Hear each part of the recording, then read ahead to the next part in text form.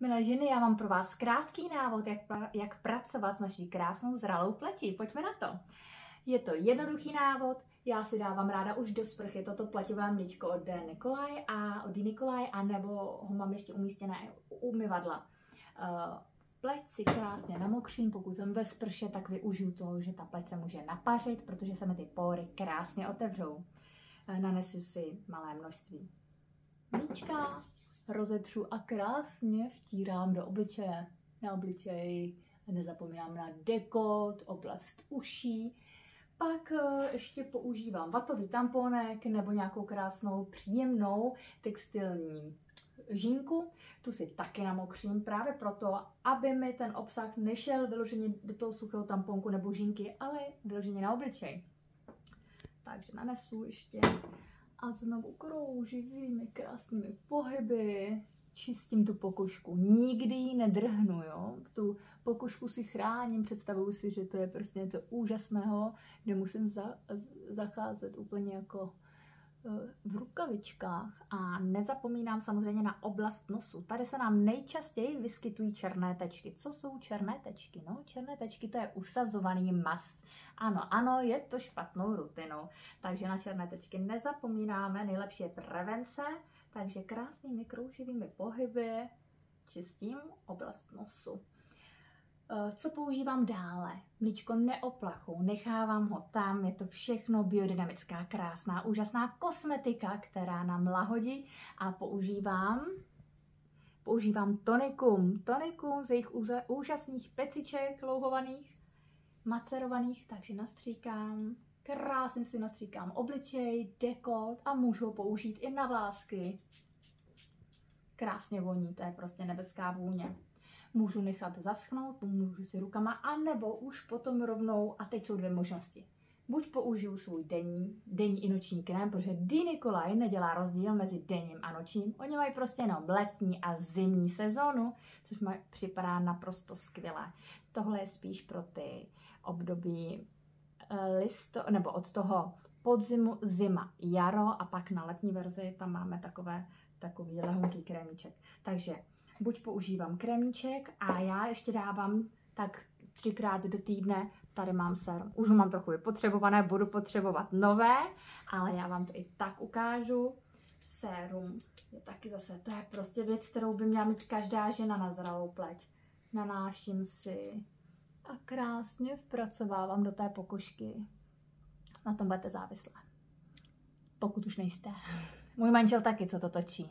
On ví, že když si vyčistí tu pokožku, že ho potom každý večer čeká krásná masáž. No a to se holky vyplatí. Pak budete mít muže do 100 let mladýho. A navíc je to i nádherný rituál pro partnery. Navzájem si dělat krásnou masáž. Takže to sérum, to bych samozřejmě nanášela na celý obličej. Já už jsem si ho dneska dávala, tak budu trošku šetřit. Nanáším ho na oblast čelíčka. Tady všude, kde potřebuji, jenom se vyhýbám oblasti očí. Tam, pokud je máte citlivá, tam by to mohlo trošičku podráždit. Ono to obsahuje nějaké kyselé složky, takže vyhýbám se prostě tomu očnímu okolí. Nezapomínám zase oblast kolem oušek. Pokud už jsou ouška trošičku povadlá, můžete použít i tam. A to sérum je navíc naprosto úžasné, pokud máte takzvané, ono ten název není úplně lichotivý, ale říká se tomu stařecké skvrny. Mám to opravdu otestované na několika lidech, že ty skvrnky při pravidelném používání, ale říkám pravidelné, to znamená, pokud se toho chci zbavit, tak používám opravdu několikrát do týdne, ne 1-2krát za měsíc. Tam potom ten efekt můžete krásně vidět, že vám ty skvrnky úplně zmizí.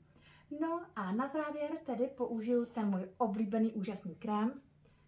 Někdy u něj bývá i dřevěná špachtlička, nanáším ho čistou rukou, tak jako vlastně všechnu kosmetiku. Opravdu mělo by se to dělat vždycky s čistýma ručičkama, aby nám vlastně do té pokožky jsme si nic nezanášeli. Si to tak třeba poťupkávám ráda.